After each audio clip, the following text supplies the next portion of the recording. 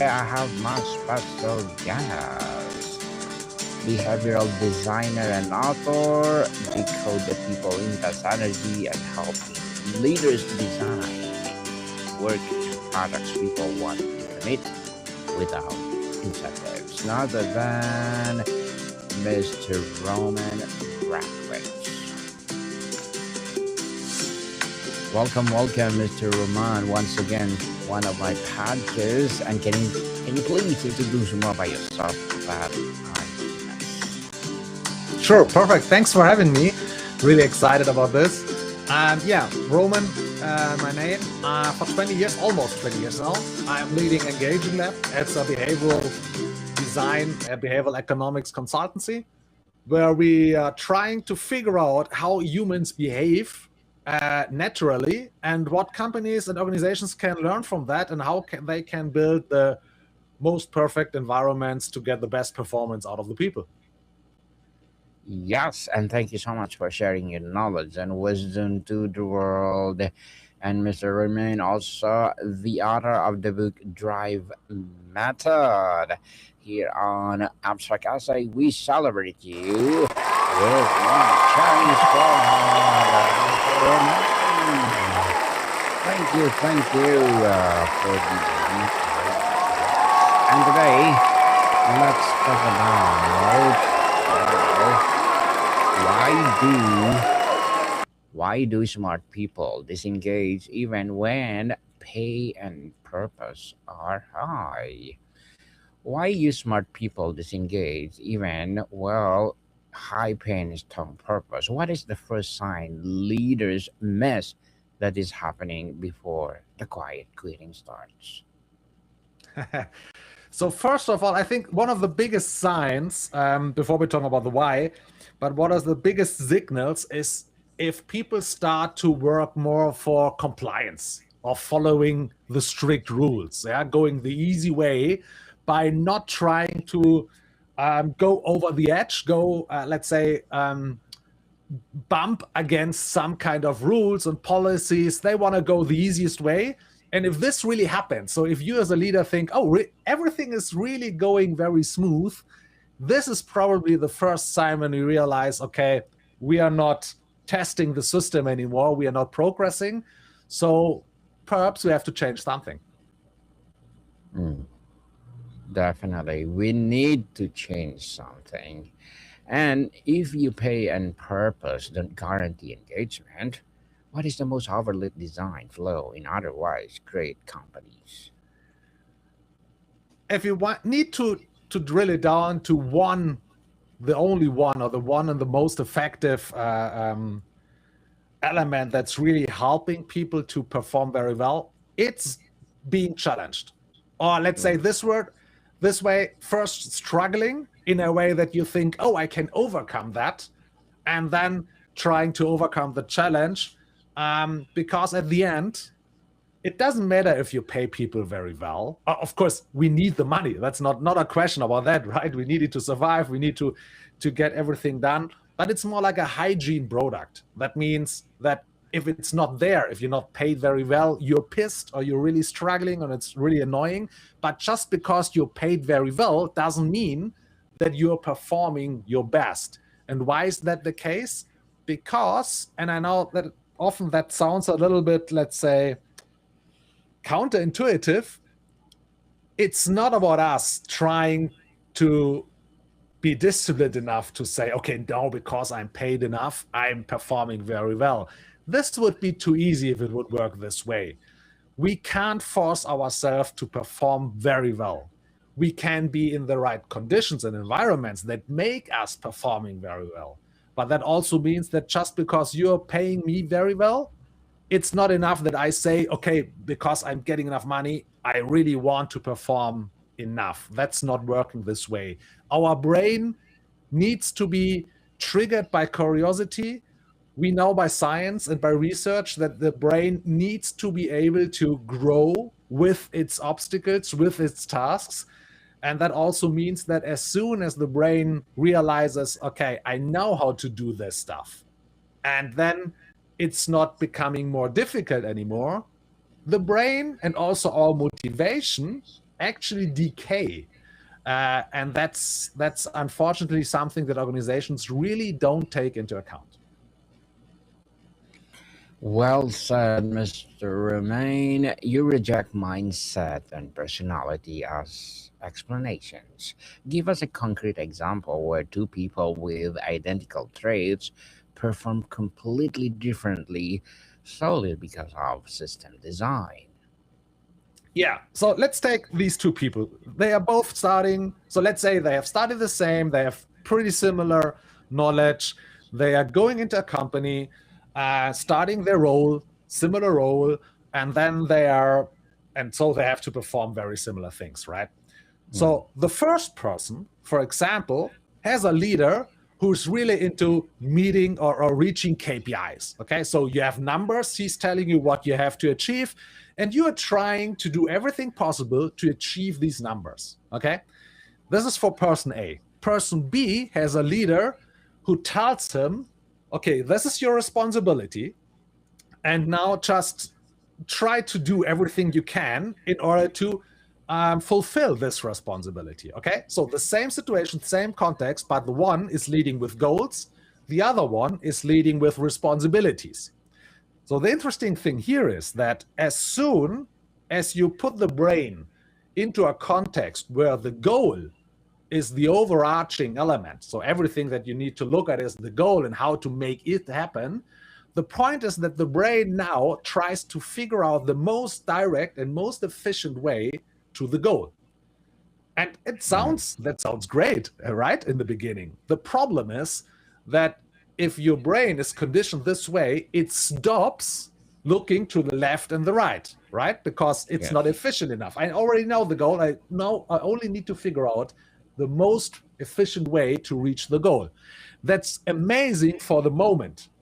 But the problem is, it also communicates to the brain that trying to think different, trying to find out what's not working, how to solve it in a more creative way, or for example, how to look at a bigger issue, that's at a goal that's perhaps a little bit more difficult, whatever. That's not really helpful because you're only focused on the goal, because most often you get a reward for that or incentive or whatever that is. And so your brain stops looking for challenges. And so it only looks for the things that are easy to do. The second person who says, okay, this is my responsibility, let's figure out how can I fulfill it very well, is trying to figure out how to progress. But every time there's a challenge on their way, it's being more seen as, oh, a new possibility to show my responsibility, to show that I'm the right one. So this person is much more focused on the process itself instead of only reaching the goal. So now the difference is that, and this is important to know, the neurochemistry in the brain that's responsible for how our brain is reacting to something and also for how it's motivating the human being is that it's much less focused on, or let's say it this way, it's not working for rewards, it's not working for reaching something. Okay, it's much more interested in the pursuit of the reward instead of getting the reward itself. So that means as soon as you're creating an environment where it's easy to progress and to get to the goal because it's the most efficient way, you have figured it out because everyone is goal focused, for the second time you need to do, you need to reach the goal again, you're just going the easiest way.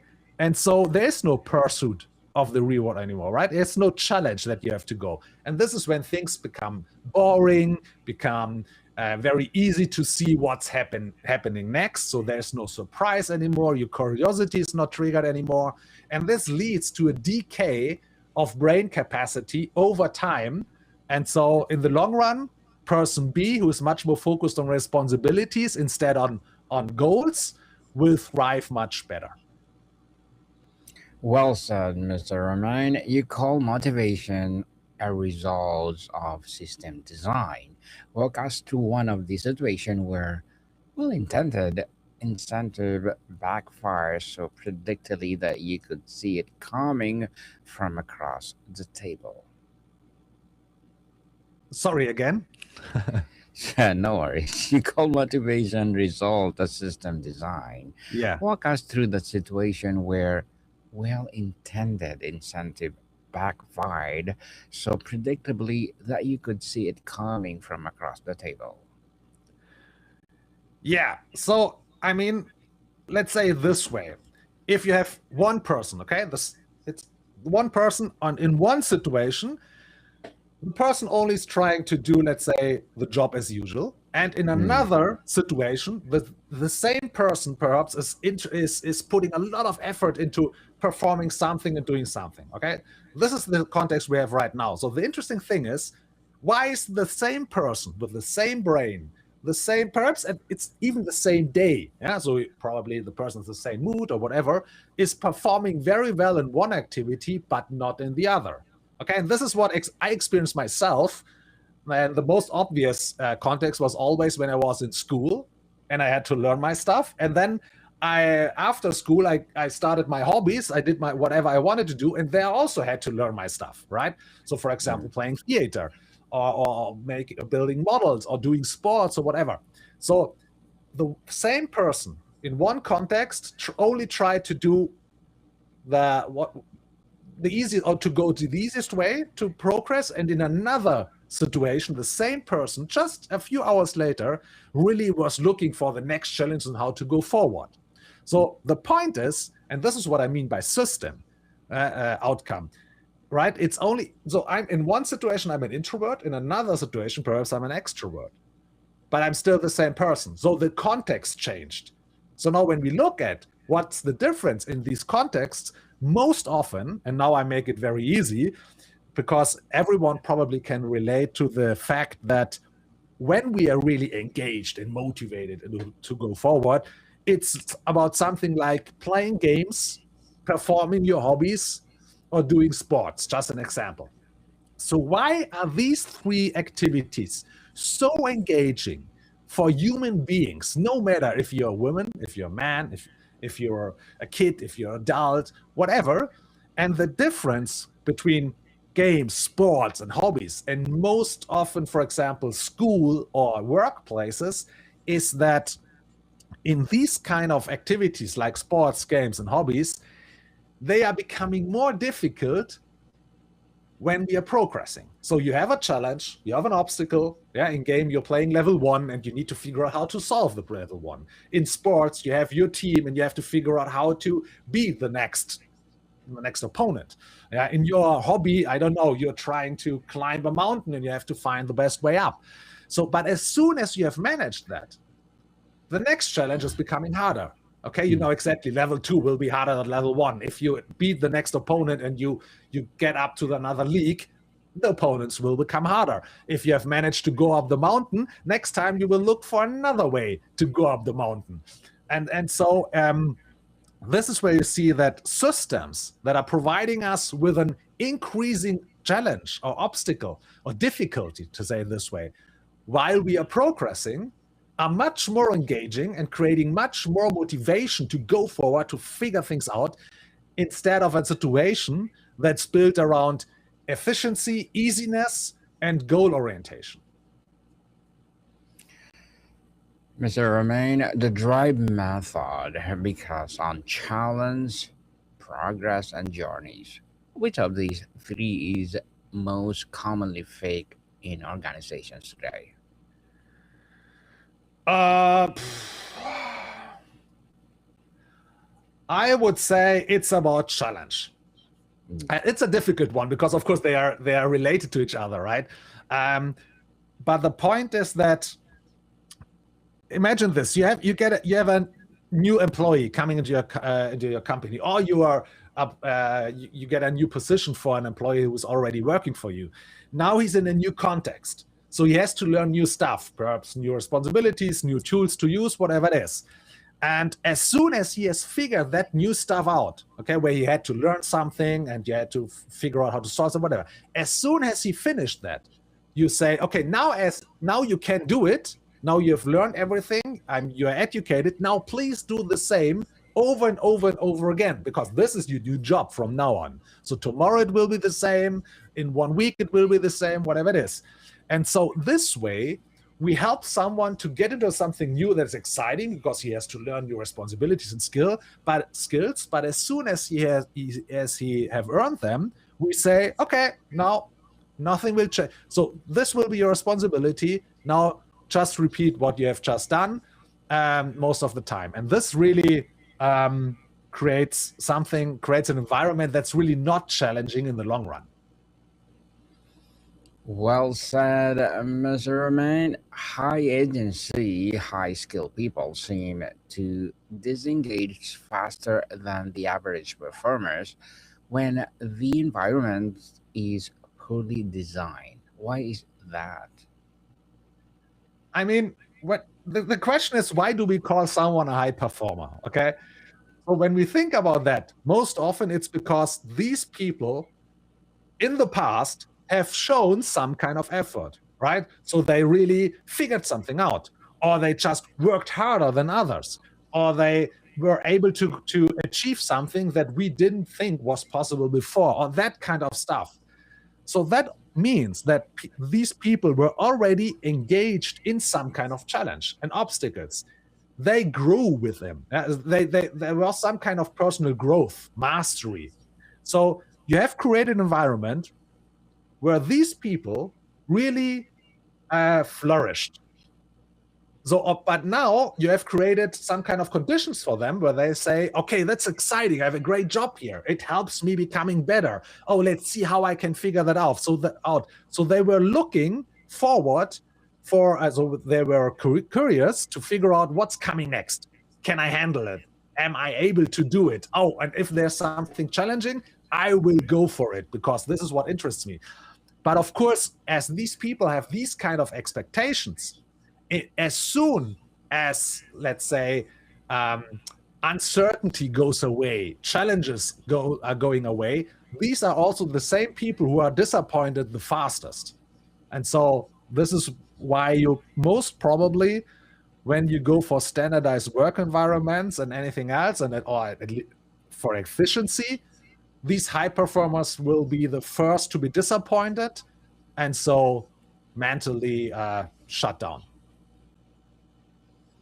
Well said, Mr. Romain. And what does progress mean to a top performer who's already mastered the role? If promotion is not available, how do you design for their energy? The interesting thing that from a personal, or let's say from an evolutionary point of view, progress means that you're finally overcoming something that you failed before more often, right? So it's like, let's say this way: if you have a task, a responsibility, and I tell you you have to do it, and here's the cheat list. So I give you already the list what to do exactly, a to-do list, and you're checking up all the things on the list, and so at the end you get to the desired result. You're not, of course, from a managerial point of view or a report point of view, it's progress. You solved it. From an evolutionary, psychological point of view, it's not progress because you didn't really become better. You just followed instruction, or you did what you were already told to do. So there was no learning, there's no autonomy, decision making behind that. There was no struggling and then finally finding it out and going forward. And so this is exactly where the difference between experience progress and let's call it organizational progress. But the most important thing is that progress only can happen if you are failing before. Because every time you fail, you realize, oh, I can't do it. And then if you have the feeling that, oh, but perhaps I'm able to do it, this is when you start to learn, to think creative, to try problem solving, to be innovative, to try to get other people to help you or help others or whatever it is. And then if you finally get it, you have this kind of neurochemical proud, where it's say, okay, now you have a release of dopamine, for example, or other neurotransmitters that help you to realize or that make your brain really flourishing and realizing, oh, now it was worth to put the time in it because I became better. But without failing before, this is something that can't happening. And so progress is, let's say, the positive result of trying to overcome obstacles. Mr. Romain, remote and hybrid works expose how many companies relied on social pressure and visibility instead of good design. What is the single biggest redesign required for distributed teams? That's a good one. That's a very good question. From my point of view, I think we call it positive externality. Positive externality is a phenomenon when people are doing something very well, something that they are proud of, because, for example, that they have learned the skills to do it or whatever, and then they experience or they see a positive impact in the role, in the life of others because they are so good and they were able to do something. So you're doing your stuff, you're becoming better, you're being able to perform something in a better way, in a more effective way. And others, in this case, your colleagues working in the same company, are benefiting from that. But the problem is that in remote work environments or hybrid work environments, it becomes more and more difficult to see that kind of impact. So you're doing something, others can benefit from that, but or not most often, but very often, this goes under the radar, right? Because, for example, let's imagine this: you're doing something, you're writing your results and how to solve something into an internal wiki or into a post or whatever it is. Other people working for the same company, perhaps even in your department, are reading the stuff in your home office, in their home office. They are reading the stuff, they are using it, they are benefiting from that, but this is really not transparent. So you're not getting the feedback that others benefited from your performance. And this is from my point of view, this is one of the biggest issues. Well said, Mr. Romain. Learning programs have some of the highest dropout rates. If you redesign corporate learning using drive method, what would disappear and what would appear? Well, first of all, I would try to get rid of all these, let's say, most common stuff nowadays, like, okay, you get experience points or badges if you have solved something, or here's a time frame that within that you have to do that kind of stuff. Or most important, the linear system, like, okay, now you've learned this, now it's coming this and this. What we have realized is that the most important part for people to really being curious about, okay, what can I learn and how to do something, is if they are experiencing relevance in the first place. So that means that instead of saying, here's the learning program and this is what you have to do, and at the end, if you have done it, you will get a certificate or a badge or whatever it is, I would really put the most effort into the experience of triggering these people in their real working environment to realize, oh, I didn't know how to solve that. Oh, I didn't expect this. Oh, and there's something in the learning program that I can use now to solve that issue I have right now. Okay, so connecting learning stuff to real life events, and in the best case, in that very moment. And this is what I would put most effort immediately into it. And we have experienced a huge improvement of people. So not just of, let's say, performing the learning stuff, so doing it and finishing it up and doing a quiz or whatever it is, but most of all being not just consuming it, but really learning it and trying to apply it then in their workplace. Well said, Mr. Romain. And to wrap up our discussion for today, 5 years from now, if a company gets this right, what does Monday morning look like for a smart employee that feels different from today without any pep talk or incentive plan? That's a nice one. I have to think about that in the future, I think. No, but the point is, in the best case, And I mean, it's the same when we're looking at our hobbies and whatever. I think that they go into the office on Monday and try to figure out what didn't work out last Friday. And so that they see it as an opportunity to solve that kind of stuff, just to figure out, okay, if we have solved that, what's coming next? I think that would be, or it's probably the most effective way to work and to perform in innovative society. Well, Mr. Romain, thank you so much for sharing your knowledge and wisdom to the world. So, can you please invite our listeners to support your book, your projects, or anything you want to promote on Abstract Essay? Mr. Sorry? Roman, Mr. Roman, can you please invite our listeners to support your book or your projects or anything you want to promote on Abstract Essay? Sure, perfect. So everyone who's interested, you can find the Drive method on Amazon. You can also send me a link for a PDF if you want to. And everything else, you can find me on YouTube with some formats and regular videos, and of course on LinkedIn. Yes, people, let's connect with Mr. Romain. Now, of course, support with the book itself, because if you support him, pursue more and more empowering books like this device. So, Mr. Romain, thank you so much for your time.